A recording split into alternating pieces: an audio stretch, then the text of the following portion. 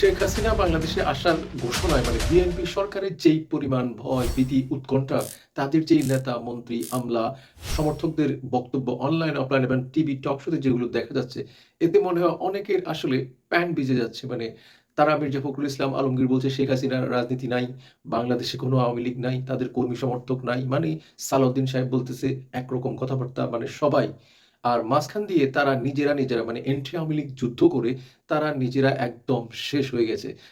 আজকে ২-৩ দিন ধরে যেই সকল বিশ্ববিদ্যালয় কলেজগুলোতে তাদের যেই শক্তি ক্ষয়, তারা এই যুদ্ধ শুরুর আগে যদি এভাবে তারা শক্তি ক্ষয় করে, তাহলে শেখ হাসিনা আসার পর আসলে তারা কি করবে বলে আপনারা মনে করেন? এ হচ্ছে বর্তমান এবং দেশ জুড়ে সরকার সতর্কতা জারি করছে। ৫ই আগস্ট নিয়ে কোনো টিভি মিডিয়া যদি খবর প্রকাশ করে, তাদেরকে থ্রেট দেওয়া হচ্ছে, তাদের বিরুদ্ধে ব্যবস্থা নেবে।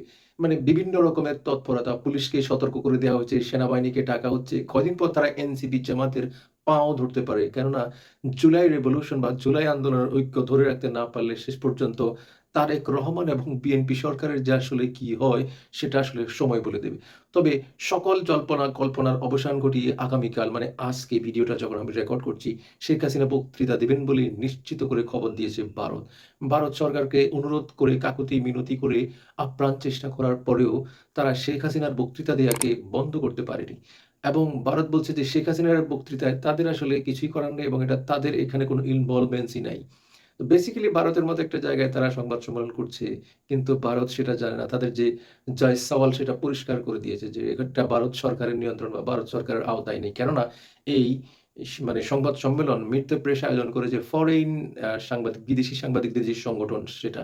তো যাই হোক, দেশব্যাপী বিএনপির এই ভয়ের জায়গাটা আসলে কি?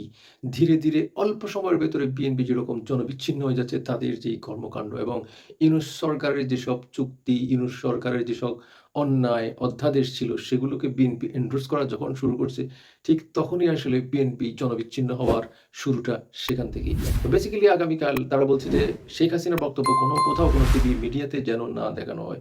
তো আপনারা নিশ্চয়ই জানেন যে কেউ না দেখলেও শেখ হাসিনার বক্তব্য যদি আওয়ামী লীগের লোকজন নাও শুনে, সে বক্তব্য সবার আগে শুনবে বিএনপি, জামাত এবং এনসিপি এবং আওয়ামী লীগের রাজনৈতিক প্রতিপক্ষরা। কেননা তারা সেটা শুনবে, এনালাইজ করবে, মিটিং করবে, জুম মিটিং করবে, কি করণীয় সেগুলো ঠিক করবে। কিভাবে শেখ হাসিনার ডিসেম্বরে আগমনকে প্রতিহত করা যায়, তার জন্য গেম প্ল্যান করতে হলে তো শেখ হাসিনার বক্তব্য তাদের শুনতেই হবে।